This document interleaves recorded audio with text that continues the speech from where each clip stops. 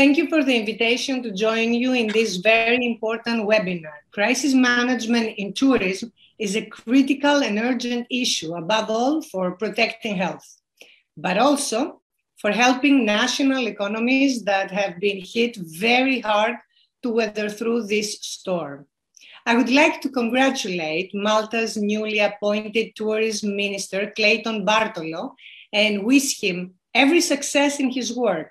I am certain that Malta's tourism and economy will benefit the most from his experience and skills, especially during this unprecedented crisis.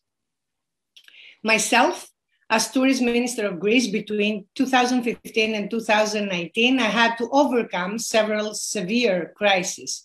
Greece, as you know, was strangled by the worst ever economic crisis to hit a European Union member state.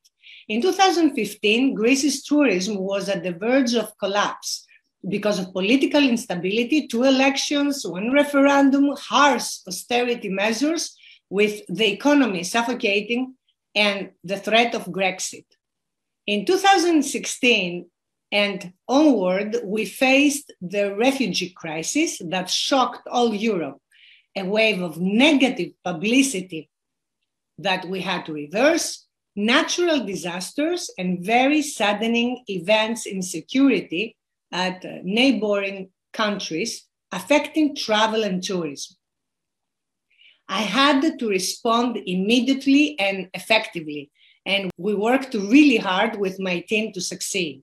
We launched a new national holistic strategy focusing on promoting Greece as a 365-day destination for creating economic benefits and overcoming the crisis.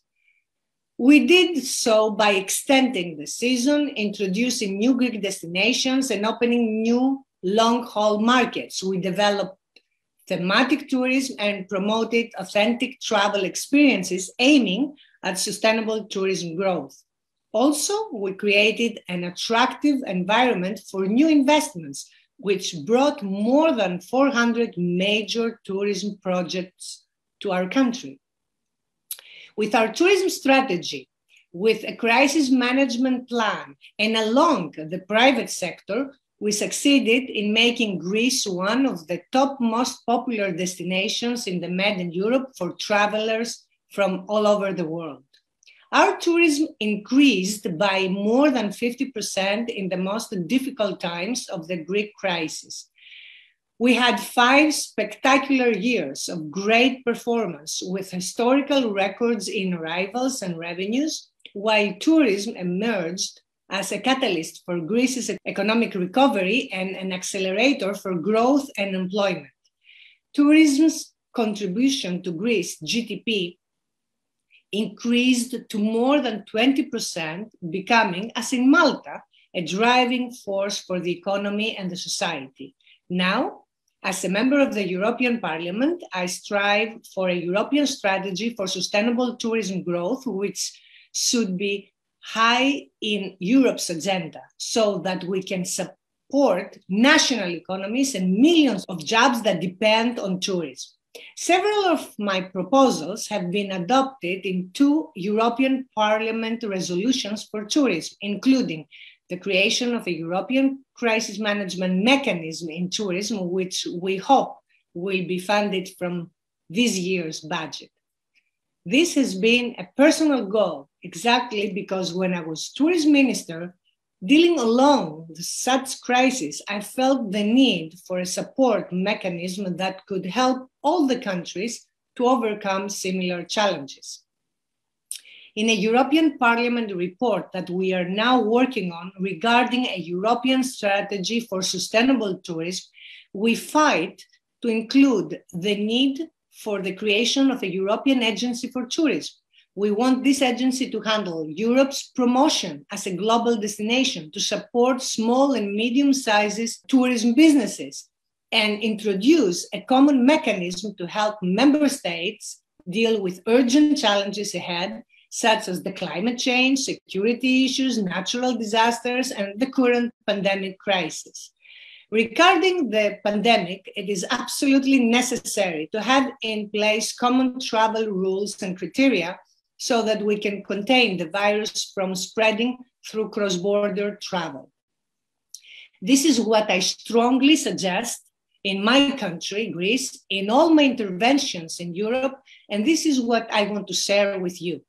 To insist for mandatory testing to all traveling before the departure.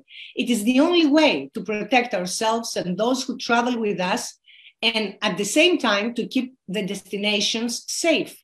Otherwise, we risk the virus being spread by asymptomatic travelers, both during the trip as well as in the waiting areas, such as airports. And in 2020, all the countries that opened borders for tourism and chose not to impose mandatory testing had some earnings, but not enough to compensate for the huge economic losses they suffered in health caused by the spread of the virus. 2021 is also a very difficult year. We must extend mandatory testing in all trips to be able to prevent a third or fourth wave of the pandemic, because despite the huge progress regarding the vaccines, still the scientific community cannot guarantee that those who are vaccinated will not spread the virus. In the end, it's better to keep the destination safe and tourism business open with fewer tourists and revenues instead of risking to shut down borders, tourism and all businesses activity, and creating a cost for health and for the economy that we simply cannot afford. Exactly because Malta, like Greece, relies on tourism for economic growth, negative COVID-19 tests are the only solution for remaining a safe destination, maintaining a good reputation, and securing an extended tourism period throughout 2021. Also, it is very important to focus on supporting small and medium-sized businesses and to protect jobs so that Malta's tourism sector can be kept alive and competitive for the next day of the pandemic. Once again, I would like to thank the organizers of this event. By sharing our experience, exchanging ideas and best practices, and seeking common solutions, we can better safeguard the future-proof tourism to the benefit of all. I wish you all good health and a very productive webinar.